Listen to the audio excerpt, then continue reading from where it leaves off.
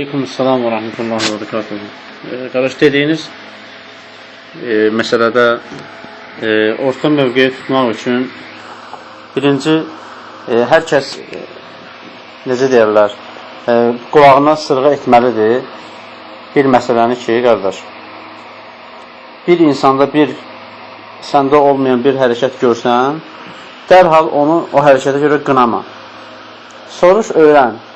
Səbəbi nədir? Nə üçün belə deyir? Əgər bilməsə, get bilənlərdən soruş ki, görək, bu əməlin əsası şəriətdə varmı? Öyrən, əgər görsən ki, şəriətdə heç bir əsası yoxdur və ya bu əməl həqiqətən də bidət hesab olunur, yəni bunun başqa yolu yoxdur, ondan sonra həmin məsələ üzərində müzakirə aparmaq olar. Amma qardaşların problemi odur ki, kimsə nəsə bir şey görürsə, o bilmədiyi bir şeyi görürsə, kimdəsə, dərhal başlayır mübahisə eləməyə.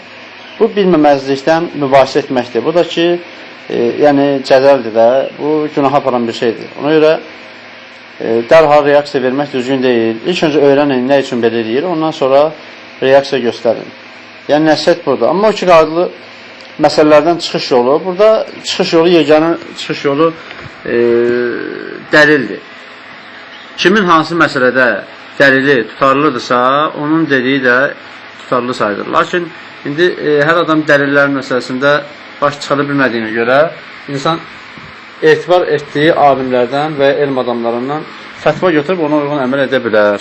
Allahu aləm. Selamun aleyküm və rahmetullah.